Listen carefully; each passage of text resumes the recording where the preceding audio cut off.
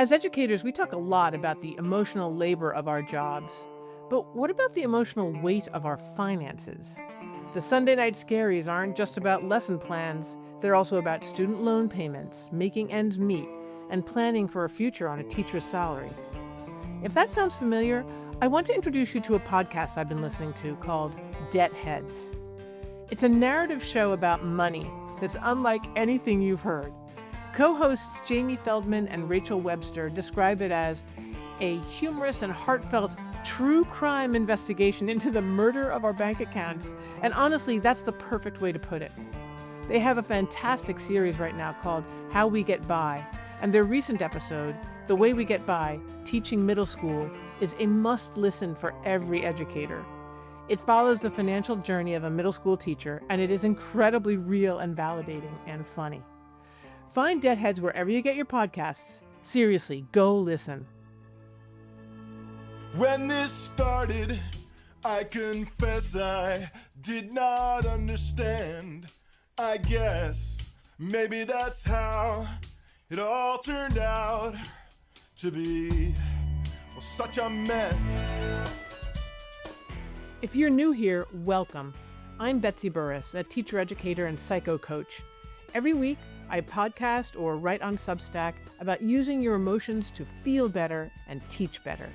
Sometimes you'll hear stories of educators as told to me or sent into the Teaching Through Emotions hotline, all of them discussed with me and my co-host, Joe Johnson.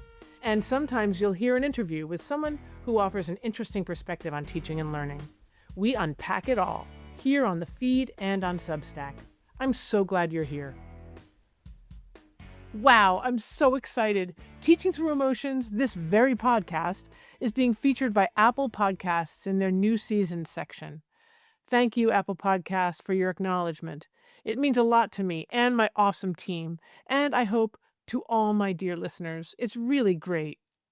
It would be so super duper fantastic if you, yes, you, the person I'm talking to right now, would go to Apple Podcasts, Teaching Through Emotions, just type that in, scroll down a bit, click on the stars, and feel good about yourself for helping people find us.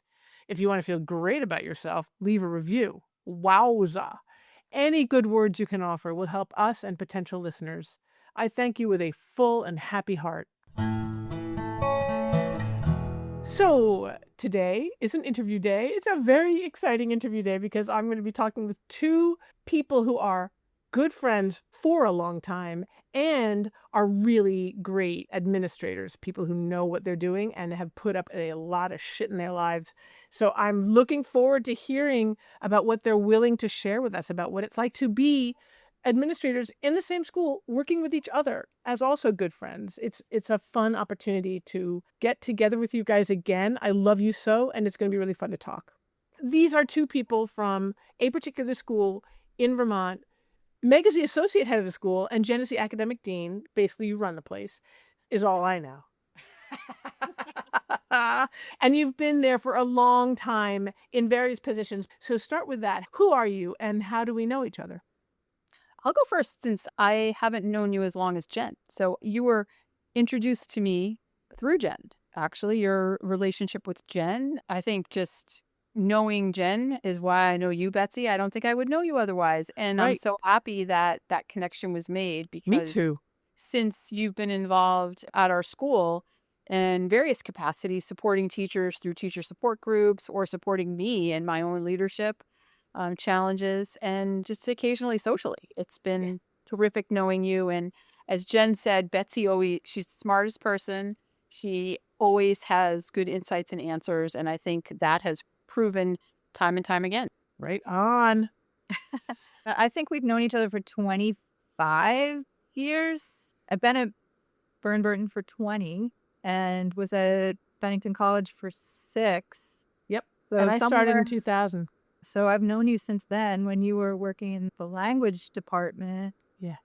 The Matzel program Yeah. at Bennington. And then I came into the Center for Creative Teaching. Yeah. And then we ended up together. Yeah. Married the Bay and working in the teaching program. Running that's the teaching center for a year together. Yeah. So that was such a formative time in my career. it's really shaped who I am as an educator and as a teacher. Me too. I learned so much from both you and Mary. Yeah. Mary DeBay. Yep. And then when you started your new career doing kind of therapeutic work with teachers, I kind of brought you along to BBA, and the rest is history. Yeah. It's been a long time, and so many different things we've done together. I can't even list all of them. It's been such a pleasure and a privilege to work with you guys. So I guess, you're both great teachers. I know that is true. Why did you choose to become administrators? I don't know if I actually chose it. It kind of chose me. Ah, I don't think anybody ever goes into education thinking, I want to be an administrator. Maybe some people do. I certainly didn't. I knew I wanted to be a teacher, and I loved working with young people. But I think if you're a good teacher and you end up in leadership positions, whether it's a department chair, most people kind of start out there, you kind of get recruited. wow. People see your strengths, and then that's at least been my journey. It's kind of been this serendipitous one where people have recognized my strengths and invited me to have a leadership position. I would say it's similar for me. I started out as a teacher in my mid-20s. It wasn't the first thing I did after college. I didn't attend college to become a teacher. It was sort of something I resisted a little bit. So deep ingrained in my family, I thought, I don't think that's really what I'm going to do. Rebel. But then I really saw that actually is what I wanted, where I saw myself. And then, like what Jen said, I think others saw things in me and how I interacted with colleagues, how I interacted with the community, with families. And then I think in hindsight, looking back, I was always somebody who was like the meta person, like watching others. What are they doing? And whether it was my very first teacher orientation that I attended, in my mind, oh, they could have done this. That would have been better. Or they could have done this. Or a struggle. The very first school I worked in was one of the first times there was a political swing on a elected school board, where it became very conservative and a principal pushed out very early in my career. And I can remember watching that and thinking, this is not right. And what's wrong? Why did this happen? It didn't have to happen. And then just sort of getting involved in leadership after that, whether that was, I think that was a little bit of a catalyst. That principal saw something in me and provided a lot of opportunity for me to grow as a teacher and as a leader, and to sort of experience the larger world of education. That was eye-opening for me. Going to national conferences, hearing people talk, thinking about research in a way that I really hadn't thought about. And that was really impactful. And so I was always looking in my next teaching jobs, looking for a combination of being a teacher and allowing for some leadership as well. Yeah. Love it. I would say Bennington College actually fed that desire in me to, thinking about education at this very big level, where you're helping kids think about, what is your philosophy of education? Yes. Why? Where does that come from? And thinking about understanding by design and backward design, and how do you design curriculum? And so all of those things led me to, I think, wanting a bigger picture as well. And I kind of enjoyed that work. And so again, kind of serendipitous that I ended up at Bennington, and that Yes. and people, like Mike said, people see your strengths and you contribute to a team, and you end up in a position of leadership if you're good at it. The hope is, yes. The hope is, yes, Yes. that you're good at it. And that's true for you guys. I also I worry sometimes about teachers who are recruited. Well, they're taken out of the classroom because they're good teachers, but that doesn't necessarily make them good administrators, and then we lose them in both ways. So given that you become administrators, what's the best part? Are you happy to be there? Are you happy you made that leap? You're full-time administrators now, although Jen, you teach sometimes, right? And Meg, do you teach? I taught up until COVID. Since then, I've filled in for shorter term, like maternity leaves. I'm going to be doing that again this fall. And I'm excited for that, because I think having that contact with students and that daily contact with students does really help me be a better administrator. Yeah. And the reason I always taught, as I became more and more administrator and less teacher, holding on to some of the teaching, I think really helped me be a more effective administrator, because as we were talking about any kind of change or implementation of anything, if I was also doing it, I think it helped bring it to life and to know what that experience was like on the teacher side, on the student side. I think the job of an administrator, school administrator, has gotten more and more complicated. Not complicated. I just think there's a lot asked of teachers and there's a lot asked of administrators too. Because we are an independent school that serves the public, we have a lot of autonomy to create and innovate. And a lot of those ideas come from teachers.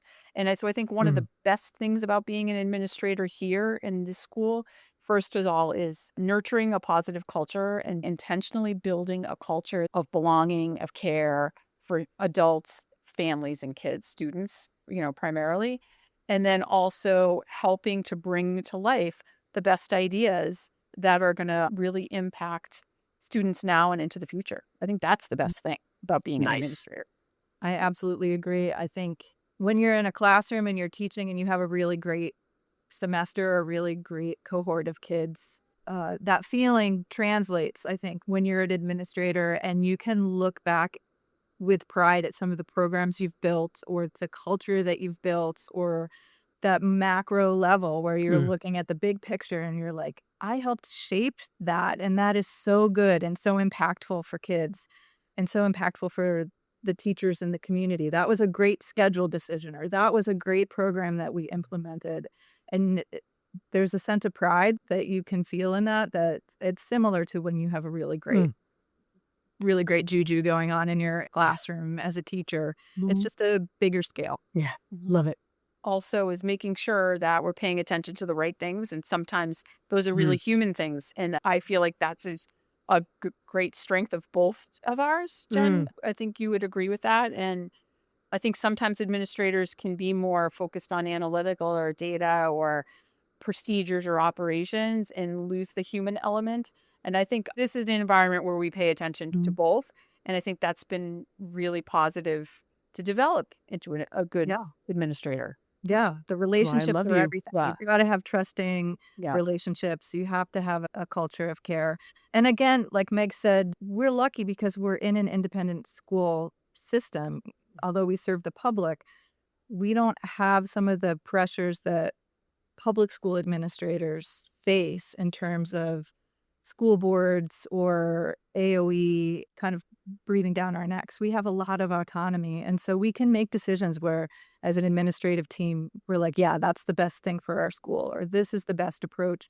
And we have the same approach with the teachers. What do we want to do curricularly and programmatically? Yeah. Like, let's decide together what we think is best.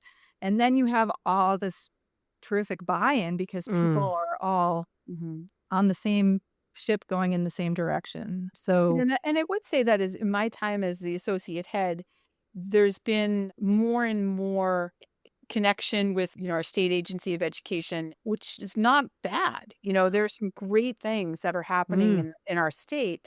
And we learn from other schools, just like I think other schools learn from us in our practice. And those connections with other administrators around our state have been really important. And I think our relationship with the agency of education is also one that, we have to meet a lot of criteria in order to keep our independence, our independent school accreditation at a number of levels. So it's not like we just do what we want to do. There's a lot. we make sure we know what's going Yeah. Yeah. at the state level, and we're using that to inform our choices for sure. You're I not don't insular. know. No. And Not the at all. AOE, just making sure AOE is Agency of Education in Vermont. Also, can I ask you guys to explain what you mean? You're an independent school that serves the public. I don't know if you want to out your school, but what does that mean? What kind of school are you? We're a town academy, which is a model that's existed for hundreds of years in rural states, mainly in New England, but I think also existed in other states as well. There are 4 independent schools that serve the public remaining in Vermont. So what it is this geographic area never built a public high school. The towns, surrounding towns have always tuitioned their students to Burton Academy. And so we serve all kids. We're not competitive enrollment. Anybody who lives in the town, as long as we can serve them, which is we have serve all students in all special ed categories. We're certified to do that, licensed to do that, accredited to do that. And I think that's important because that's one of the reasons why almost everybody works here, is because we serve all kids and all Yes. families. And Yes. it's Absolutely. a really powerful model, and That's a which great is model. probably going to change within the next couple of years, just with ed reform across the state. Mhm. You know, how we're funded, we'll shift from a tuition model to a block grant model, Mm. and hoping to still maintain our independent governance, which I think is really important to what we do, into our identity and our culture. Yeah. I mean, actually, I don't want it to seem like we're just doing our own thing. We're not. I mean, we have a safety plan. We have to have a literacy plan. We have to, we do follow a lot of regulations that come from the Agency of Education.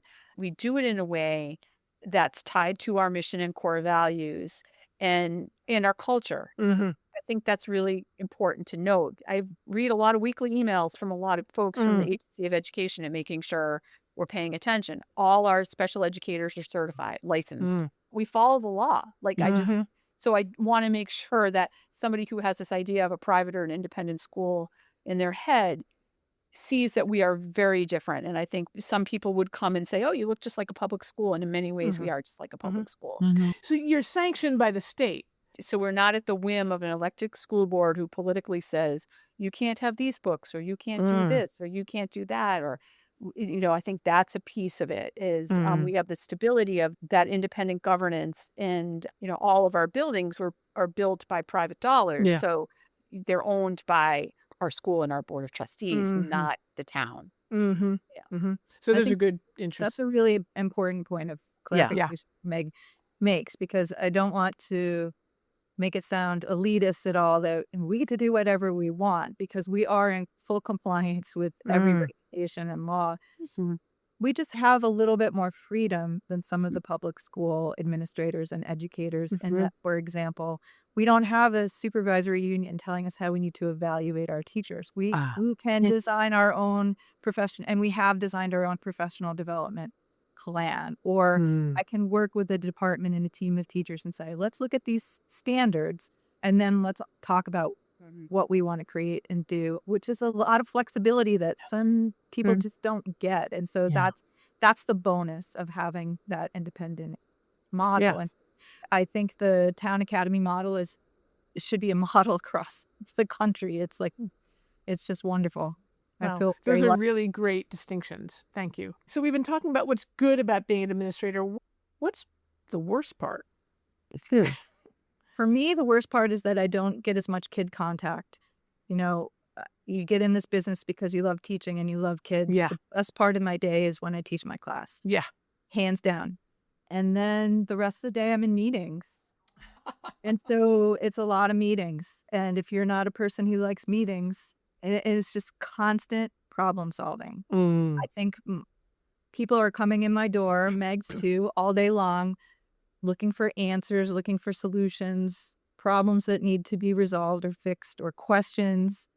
And just, lots of strategic planning and problem solving. Sometimes you go home at night and you're like, oh my God, I was in meetings all day and all I did was hear about problems.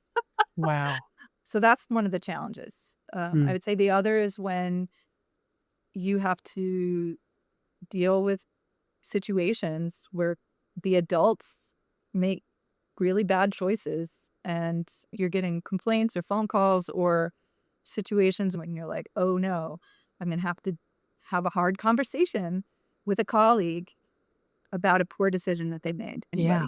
It's such an interesting question about what's the hardest thing. I think for me, it's like both and. Like, I've always wondered, like, what it would be like to just sort of follow me around with a camera for a day and just document the range of things that I might deal with in the course of, from 7 to 7. I'm just going to say in that time frame. Starting the morning with an email that's like, why did somebody even write that email? That's a ridiculous email. And like sort of parsing that out. And does it need attention? Does it not need attention? Is it going to get 24 hours? Is it going to get 48? Because I think one of the things that happens is somebody can shoot off an email or leave a phone message. And then if I, leave a little time, there may be more. There's always more to the story when there's a problem. And this is one thing I've learned in my course as administrator is like the first time I'm getting some information about an issue, the actual information that you would need to solve the problem or the issue is always way more than what you first initially get. And I think as a young administrator, that was kind of a tough lesson to learn. And sometimes I need to keep reminding that, like, you can't make decisions on the anecdote. Like, I get an anecdote and then I might get some more information, like what's the actual situation, issue, data that I need to really understand. Wow. That's a big piece of it for me. And then, over the course of the day, I might deal with a few adult challenges that could be really complex. Could be something very simple as to me saying 10 times to 10 different people, like, boy, that was in the email I sent, like, or that was in the weekly memo. That was it. Oh, that's gone out 5 times. And I have to do that really patiently, like Yeah. really patiently, and not how I would talk to my own children after, say, like 6 times I've reminded them about something.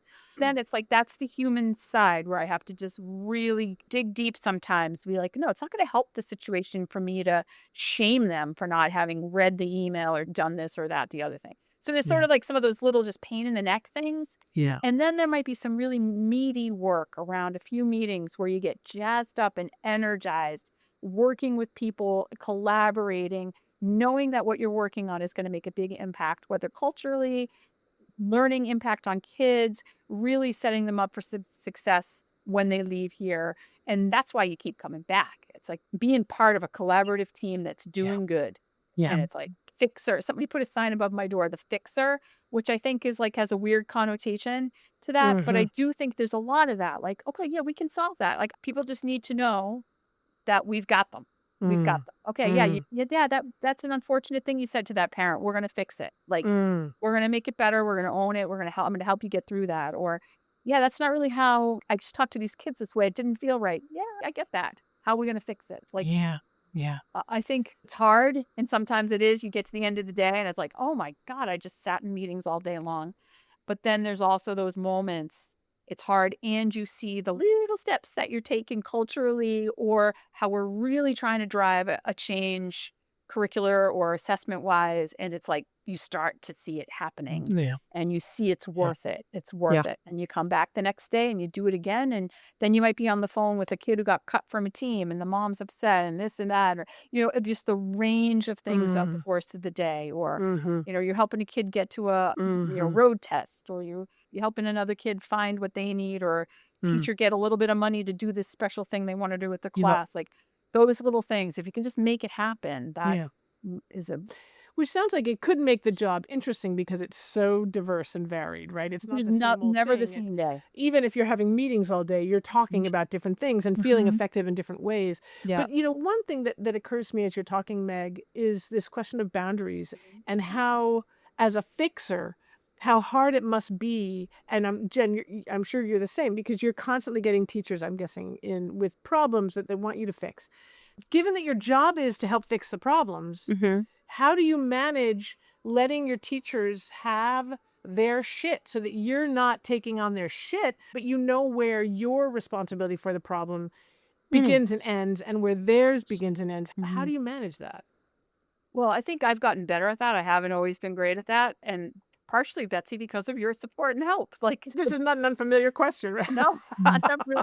I think I'm really aware of, when am I stepping into somebody else's garden to fix it? Sometimes I'll have to stop and say, wait, have you talked about this with your colleague? Have you talked about this with your department chair first? Nice. And push it back. I think you can solve this. And I think I'm much better about that than I ever used to be, because I want them to be able to solve it the next time on their own. And that's always in my mind too, whether it's a parent or a kid or a teacher or somebody on the operational side. I think it's always like, how can we do this if they need a little help, but how can they do it themselves the next time? So, like, building their capacity to solve their own problems is a big part of what we do. Which is what I love about your saying you have learned to almost create space. When someone shoots you something, an email off in emotion mind, you give them time to calm down. You don't join with them in emotion mind. You understand that you've got to regulate your own emotions and let them figure out how to regulate theirs. You're not taking it on for them. So this is one thing. Jen and I might regulate our emotions together when there's a really challenging situation where, like, we'll have the, like, oh my God, I can't believe they did this, and have that moment in private. And then we'll be able to go and get to support each other. Okay, who's talking to who's doing what? Nice. And then we go and do it in a much more calm, professional, Yeah. I effective think way. there's almost a daily moment where the two of us connect and just, WTF moment Right. where we kind of met to each other. I can't believe that happened. How are we going to deal with it? Yeah. In reflecting on the problems that come in my office, what was the book? Was it The Culture Code, Meg? Yeah. Where he talks about admiring the problem, a Mhm. culture of Mm. admiring the problem. That Mm. resonates with me so much. And I think about that all the time when someone comes in my door and wants me to fix something. Like, are you admiring the problem? There's a tendency on the behalf of folks in schools to want someone else to take care of it and not own it. And Mhm. so that's always in the back of my head. Okay, this person is admiring the problem. I need to help this person solve the problem. Mm. Interesting. I think of admiring the problem as being like, let's have curiosity about it. It's like, are you just enamored with the problem? Is something that you can now that Yeah, makes he you frames feel it a little bit special and differently in that, like, that's not my problem to fix, that's someone else's problem. Like, we have a situation in our department, but it's the other department's. They need to fix that for Ah. us. It's not something we need to own. It's admiring it and not addressing it. Yes. That is very pervasive in schools. I found Wow. a lot of Wow. people. You need to take care of that. For example, we implemented a phone policy this year where kids have to park their phones. They can't have their phones in Right the on. classroom. And there are some teachers who have fidelity to that, and there are others who don't. And then there are some who, let's make the deans take care of all the kids' phones so that we don't have. That's admiring the Right. problem, right? Let's make the deans of students collect everybody's phones so we don't have to deal with that. Do That's the hard job. If so and so would do this, It would make my life easier, easier. and I Yeah. won't have to deal with that conflict. Yeah. Right. It's just so interesting to think of teaching the whole enterprise as reinforcing that kind of perspective, a kind of blame game or an evaluation game. Like everybody else is out there, and the responsibility for getting a good grade, it rests on the student. I am going to evaluate your capacity to do it, and I'm going to fundamentally blame you for not doing it to avoid blaming myself, right? Because that's a horrible feeling. And let's face it, a teacher can't make anything happen, right? It really is based on cooperation that, is terrifying if you can't get. So it is interesting to think that the enterprise invites separation from each other and a kind of flurry when something goes wrong to figure out who else is responsible other than me. Because I feel helpless to begin with in some ways, or I feel powerful or competent in only certain ways or under certain conditions where all the students love me and therefore they will cooperate with me. But as soon as there's any possibility that they might not love me, like if I make them put their phone in the basket, as one teacher told me in my dissertation study, they're a pack of wolves and they'll go for the jugular. And I think a lot of teachers must live in fear of that. Because it's true. Students outnumber them. Well, I think they also want their colleagues to like them too, and having any kind of dynamics when you have any kind of social environment. I don't want to have a conflict with my colleague either. Yeah. Yeah, though I think those, we're nice. We're nice in schools, and Yeah. You want to be collegial. that's what's great about them. And I think that we get a lot done because of that. But there are some times when it can be frustrating and challenging, and when we avoid some of those conflicts. Yeah. And they come to us and want us to solve those. Hmm. It's tough. So can we dig down a little bit on like the need to be nice and the need to be liked and whether or not that's actually required to learn? I mean, what do you guys think about that? You guys are nice and you are well liked.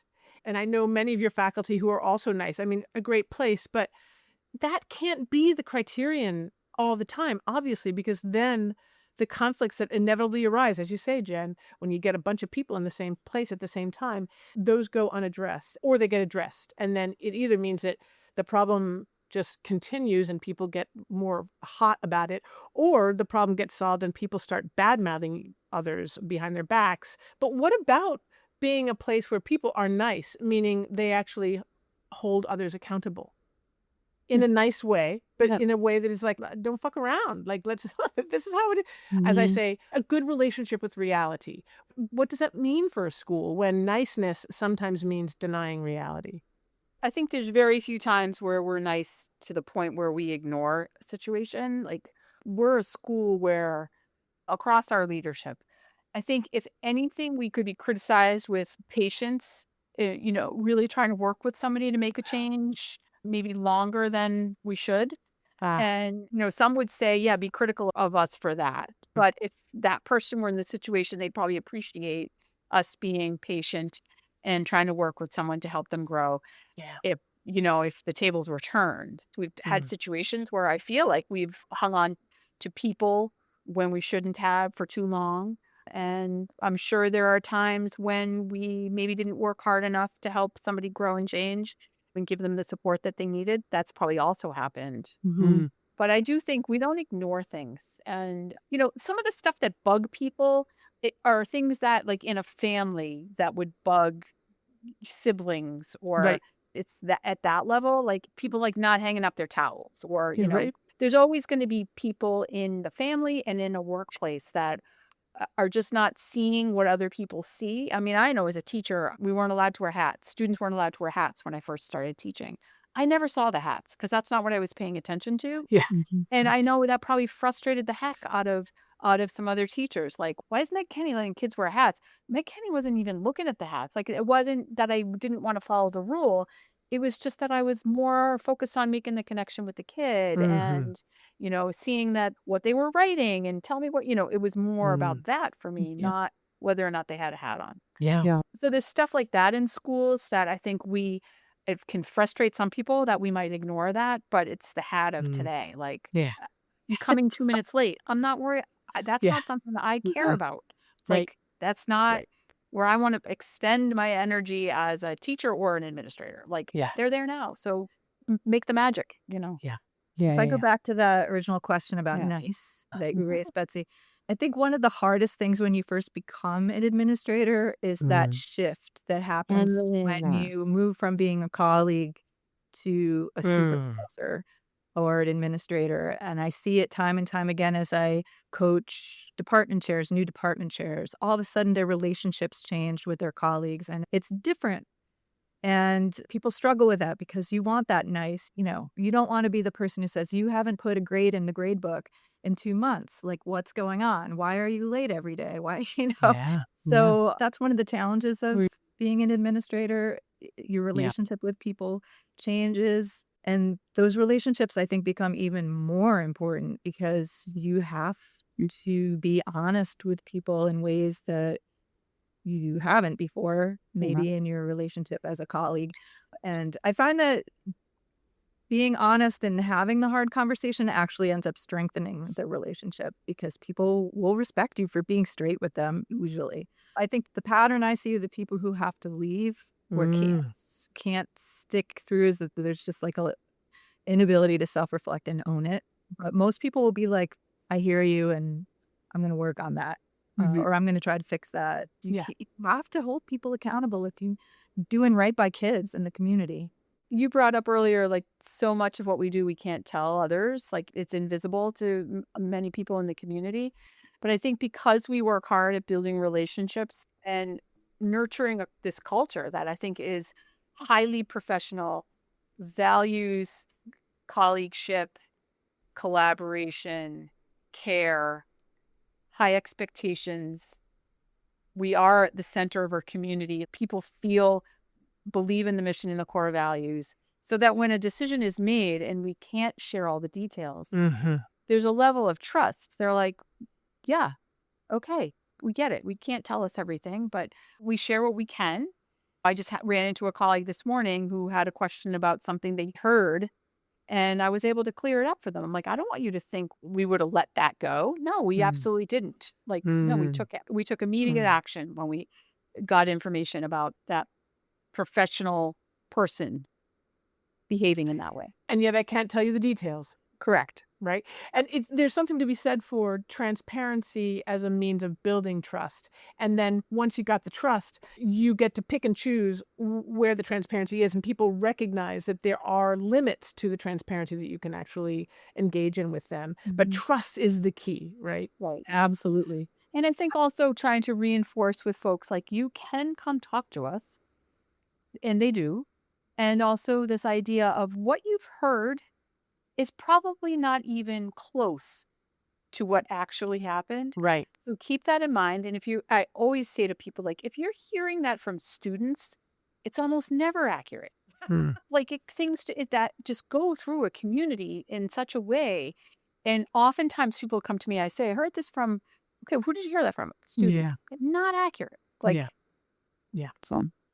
I wanted to say, to go back to what you were saying, Jen, about having difficult conversations with people about reality, about the truth, and your experience that can strengthen relationships, at least with people who can Mhm. handle the truth. I just want to say, I would call that being seen, the importance of being seen. I talk to teachers about this too.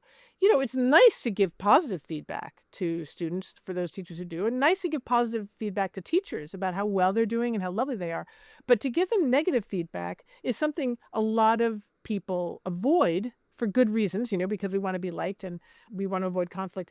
But the truth of the matter is that to mirror back to someone what isn't becoming or isn't pleasant or lovely, if it's done accurately with compassion, but with a certain understanding of, like, this is me, I'm in my garden, you're in your garden, I'm describing what I'm seeing and what I've heard, you need to hear this description. Generally speaking, I think people recognize the description. Mhm. And when acknowledging them in their fullness, not just in their goodness, but in their fullness, and not hating on them or shaming them, as we were talking about earlier, is so, I think, validating. It validates reality, it validates my position in reality, and it lets me know where you stand in relation to me, which makes me feel safe with you. That's called being seen or mirroring. And I think it's easier to do than it seems to many people, because we all assume that to mirror the negative is to activate defensiveness. If we're attacking, then yeah, we're going to get defensiveness. But if we're being gentle and honest and kind of, no nonsense, like, this is what it is, I'm not judging it, I'm just telling you, and we're going to have to figure something out, I'm supporting you Yeah. in this, then being seen is actually a path to getting better and a path to strengthening a relationship with someone who believes in you. Mm-hmm. And therefore trust builds. Yeah, I think about a conversation I just had with a teacher who didn't realize that she was intimidating her colleagues and kids. And I'd had multiple people come and share that with me and were afraid to tell her. I was like, okay, I'll tell it. Yeah. Let's think about how you're being perceived. And she so appreciated it because she didn't realize it at all.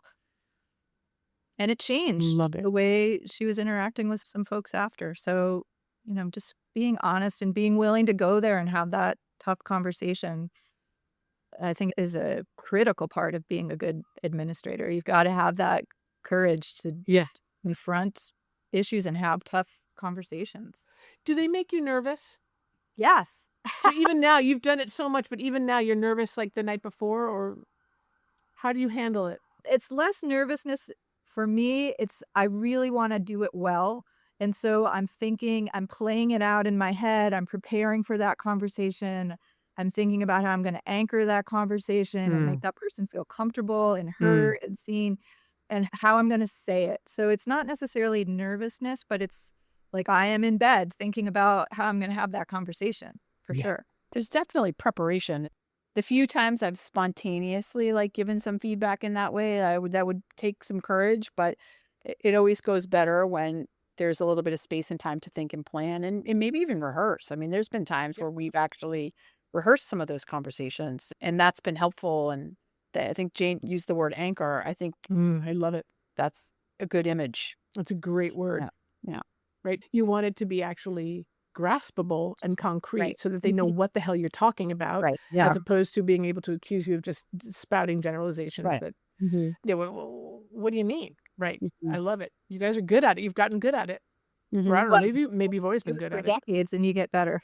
Yeah. No, Yeah. and I think, the first few years when I was in this role compared to now, I mean, it is a muscle. You definitely like work and train and practice. And every time you do that, you can anticipate a little better how folks might respond or not respond or, And you I Yeah. learn think, from the bad ones yeah, really quickly. When something goes wrong, it doesn't leave your mind yeah. ever. Like, I still think about some of the ones I handled before. Wow.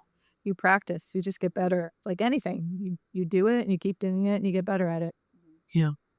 I also always think about when I'm on the receiving end, I try to use personal experience, like maybe when I received some feedback that wasn't necessarily what I expected and how I processed that or how I was then able to integrate that feedback into it going forward. And Mm-hmm. I try to use some concrete examples of that when I can, Mm-hmm. or Mm-hmm. when I made an error with a student or communicated with a family the wrong way, I just let them know I too make mistakes and have recovered.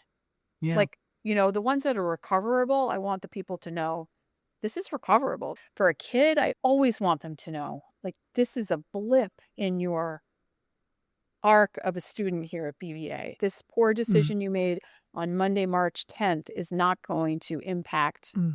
you.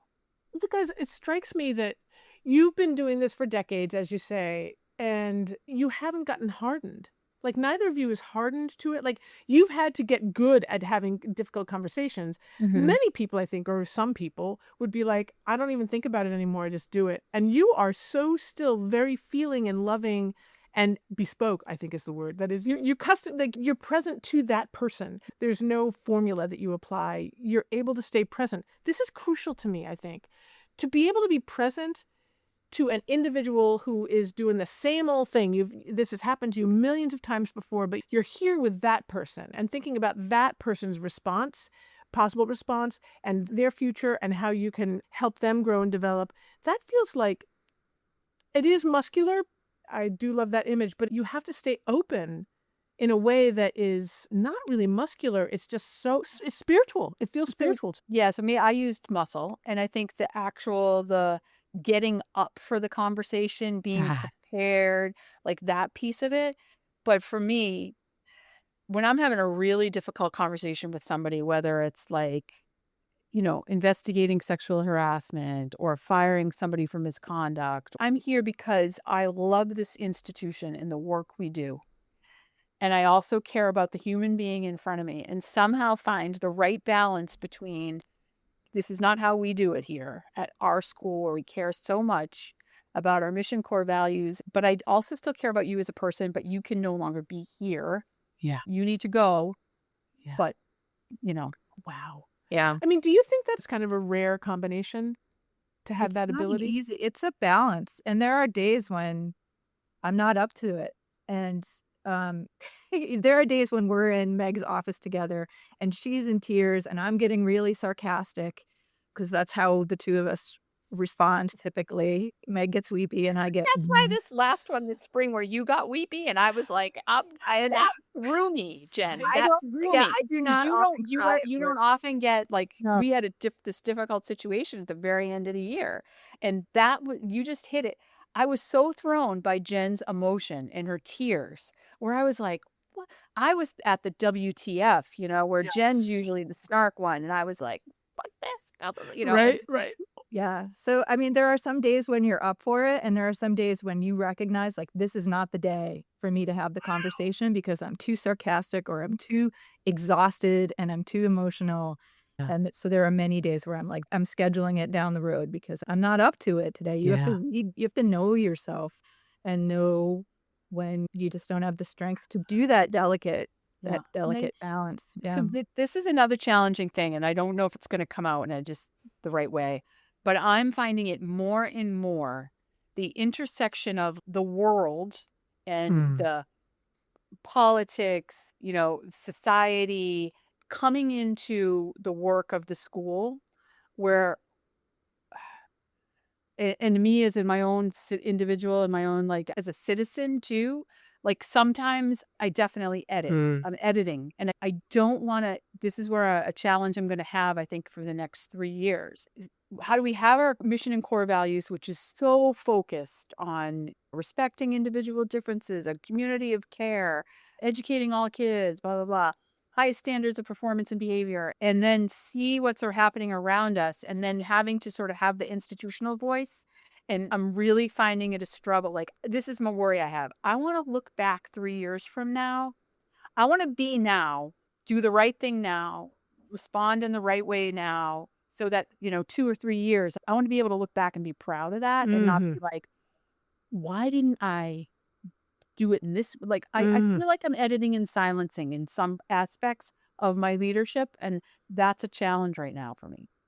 I totally hear what you're saying, Meg. Yeah. And I'm going to add to that the fact that we're both women. Yes. And there are often times when the very fact that we are women puts us in challenging circumstances Mm. as administrators, either the way people are addressing us or dismissing us. Mhm. That's still real in 2025 for women in leadership positions. And sometimes I feel silenced because of that. Those gender dynamics still play a role. And there are still times where I'm like, am I going to speak up? Am I going to call this out or call it in? And sometimes I don't, because it's just easier to just let it go. But it burns sometimes. You go home and you're just like, oh, that did not feel good. But I'm going to eat it because that's what women do sometimes. Yeah, it's a hard, isn't it, the balance, as you say, if you're a woman in an organization, well, any organization, patriarchy still reigns. I Mhm. don't see that it has, changed, and it's only going to get worse now, given the politics, as you say, Meg. Not only are women having to do the constant work of deciding Mhm. when to stand up, when to show up and call something out or in, and when to be silent, and then how to handle the feelings that you have about deciding to stay silent. I mean, it's an endless job, right? Um, that's just going to get worse. I mean, I'm interested in the balance or the tension that I think you're pointing to, which is that, Jen, you're talking about as being kind of an element of this tension has been going on forever, but it's Yeah. probably going to get worse given our national culture. Like, remembering that the values that are being trashed right now in a very public and apparently persuasive way are still your values and need to be. And because they're being trashed in these ways that don't make any sense to us, we start questioning those values, or start questioning whether or not, wait, are we allowed to say DEI? Are we it's Mhm. bizarre that you're living in the tension of holding your values high with pride and firmness without any equivocation, because this is who we are, this is what we believe in a time when those very values are being undermined. And it's very difficult to know, to kind of feel like we have a right to trumpet these values. We have a right to hold people accountable to these values. Is Mhm. that what you're talking about? Yeah, it is. And I think I want to make sure that in the present I am doing that. Yes, So exactly. so that my future self looks back and was like, You did it. That's the hard part." And I think that's going to be increasingly be challenging to do that with all the factors of the politics and Yeah. environment that's Yeah. around us. Because I think if I don't, what kind of leader am I? Like, and there's been some conflict around that where sometimes, should we put a statement out? No, we shouldn't. We should we do it? I need to be doing it in the micro interactions and not just the big, you know. Wow. Yeah. I love this. I love that you brought this up. I think it's a super important tension that I'm sure a lot of people who might be listening might be feeling. How are you guys going to do it? Do you have any thoughts or plans or strategies that you intend to use to keep yourself proud of yourself, keep your future self proud of your present self? Right. I literally on vacation this week, I had enough space to be thinking about it, and sort of was I able to identify some times where I was like, oh, I should have done, like as Jen said, like, should I say something? Should I not? And I want to be more clear. And people talk about the line, what's the line and cross the line. And well, the line's been cross and cross. I just want to make sure people know that. Like, yeah, I mean, we're 700, almost 800 students who are all trying to like form their own sense of self and community and understand our institutions and economy and democracy, and Mm. we got to make sure they're getting the right voices and the right Mhm. stuff. Mhm. And I'm not so sure there's like multiple perspectives that should be valued. And how do you wrestle that to the ground in a school where you're always Mm. about like diverse perspectives and blah blah blah? Well, what if some of the perspectives are anti Yeah. decency and Yeah. democracy Yeah. and our conventions and institutions, and I don't know. Yeah. For me, it's every year at the start of the school year, I stand in front of the faculty and I talk about the fact that they need to love. They have to love kids. Like, there's nothing more important. You've got to love kids. And if we can't lead with love and there's no love, like, Yeah. for me, I'm just out treating one another with love. Mm-hmm. Like, that's the bottom line for me. If we are treating people with hate or discrimination, I would never be able to be a part of it. It has to be about love. I mean, there's just nothing more important. Mm. And I whether love that's that. an undocumented kid at our school who needs love, we're going to give that kid love and we're going to work to Yeah. protect that kid, or an LGBTQ kid, or whoever the vulnerable person is in our community. We're going to protect them. And What about bullies? Because that's the problem, right? yeah. There are going to be bullies. You have bullies in your school, and yet they also need love. I guess, what I'm thinking as you're talking is, I've probably talked to you guys about content versus emotional bedrock, right?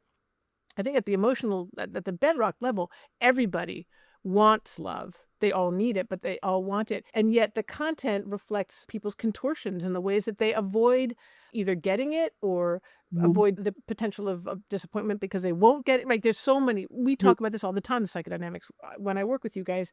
So it makes me think that really wanting a school, wanting faculty to be loving, to me means helping faculty get to the emotional bedrock in all these difficult situations that they're going to encounter, that they're going to want to either turn around or normalize, right? That's what we're doing now. We're normalizing because we think, oh, everyone has a right to be hateful.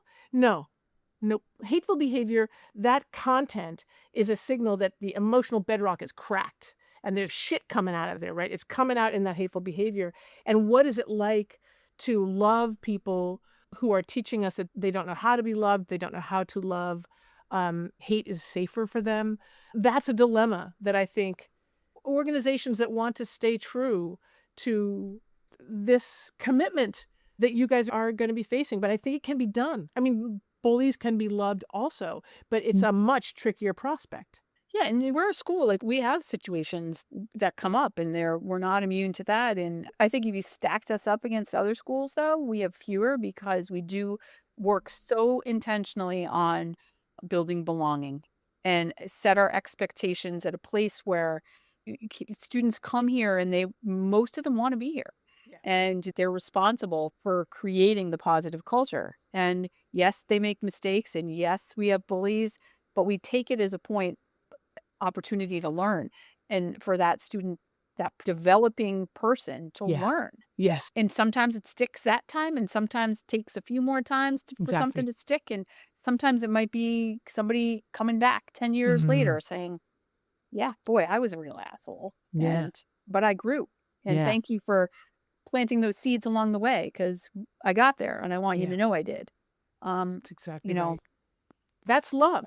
yeah. I mean, love isn't just being aw, Yeah, no, not at all. it's Right. holding the line, Mhm. right? Accountability is love too. Exactly. Exactly. I've Well, actually used the line with kids, and I've used it with my own children. Like, I'd be a bad mother if I let you do that. I've said that. I'd be a bad school leader if I let this go. Like, this yeah. just can't. And I don't know for better or worse if that's the right approach, but it's similar. Like, no, we can't let that go. Who are we if we do that? Yeah, no. You guys are the leaders of your holding environment, and Yeah. holding environments are defined by limits and boundaries. Mhm. They're defined by no. Yeah. Right. Because yes is everything else. Mhm. But people need to know where the parameters are so they can Mhm. feel safe. And yeah, I wouldn't be a good leader. I wouldn't be a good teacher. I wouldn't be a good parent if I didn't say no occasionally when it was really, really important. Mhm. And I can explain why. Is there anything you want to talk about that we haven't talked about? One thing that's been kind of magical for me in education is that I think schools with the right leadership and the right boundaries and whatever are energizing. And there's no better place than a place of learning. Yeah. And I think to me, that has been, as I near toward the end of my career, I think about, God, how lucky that I have been some 35 years in education where I have felt there are very few days, if I can even name one, where I was like, oh, good God, I don't want to go. And I think it's because it's such a place of energy, creation, feeding off each other. So much happens in a learning institution that is nurtured the right way. Mm-hmm. It's true. It's so dynamic, and you're surrounded by curious, intelligent people who are always wanting to learn more and challenge you to learn more. And, things don't stay static ever in education. You always have to think about the context of the world and what kids need. I mean, 20 years ago, 30 years ago, and we wouldn't have even been thinking about AI, for example, or technology at all. And so you're constantly evolving and changing to meet the needs of adults and learning along the way. But the core always stays the same. Like The people. students should always have a voice. We should build engagement. We should make sure we're using what we know about the brain. Like that stuff never changes. They should feel a sense of belonging, connection, and value. The adults too. Adults too. Exactly. Yeah. That culture of care is a hierarchy of care, and everyone needs to be cared for and as though they belong and are valued. They'd stay in those careers a lot longer. Right? I would like to think that all administrators out there have those intentions. I know some of them are up against forces we don't face, but that's the secret sauce for sure. To stay human, to stay in your body, to stay able to be compassionate and to connect, as you say, with your teachers, so the teachers can do that with their students. It's and I think showing vulnerability, like I show a lot of vulnerability, and I think that Meg does. She cries. She cries. But I'm also honest. Like I'll be like, yeah, I don't know the answer to this, or this is hitting me hard. Like I can show that vulnerability, and it's genuine, and that's the thing. Like I think that is important. Yeah, and you're safe there, Meg. You're safe with your vulnerability. A sense of play is also really important. Love we it. do a lot of fun, goofy things with our faculty too. I think about, like little games. The end of the school year, I played a little end of the year like bingo game with the faculty. It was totally goofy, but like just laughing about some of the crazy stuff that happens over the course of the year is really important too. It just keeps you balanced and recognizing not everything is dramatic. And we celebrate a lot. Excellent. Accomplishments That's so and good. moments, and I think we do a really good job of starting well, ending well, and honoring people throughout the whole year. Yep, that's so important. I remember hearing from someone who was in a college psych services wellness center where they would close the door every day and celebrate. Like they would do a little celebratory dance. We made it through another day. This isn't easy. And we did it. And we did it together. I think that's lovely. Yep. And we make mistakes. But We you have own each other's backs. Yep. Right? Making mistakes, of course. Please try to make Right. mistakes because you will learn from them. But Yep. not in an environment where a mistake is anathema. yeah, Right. you have to feel safe to admit it and make it, learn from it. You guys, I'm so glad to see you. Yeah, it's nice It's been to see too you too. long. Oh, it was so great. Thank you so Howdy. much. I think it's a really interesting interview. Well, it's kind of fun to give the administrative point of view. You spend most of your podcast talking with teachers. Yeah. Right? Fun angle. We might just do this on an annual basis. Like, so how are you now? You guys are really honest and you deal with stuff in the way that I hope administrators deal with it. You're so special and good. And I really appreciate your talking to me about this. Thanks, Betsy. All right, you guys. Take All right. care. Take And I'll care. be in touch. I'll be in touch sometime in the fall. TTE is a Podvision production, created and hosted by me, Betsy Burris, and co-hosted by Joe Johnson. Production and audience development support from Julian Androkaya and Andrea Koskai. Crucial editing by Brad Wells. And the music, which makes me smile and dance every time I hear it, by Tom Burris of Jabbering Trout. Thanks one and all. If you like this episode, text it to a friend. And if you haven't already, sign up for my Substack, where you can become a paid subscriber and get all kinds of goodies, including exclusive podcast episodes that will change your life. That's teachingthroughemotions.com. Thank you for listening. It's all true.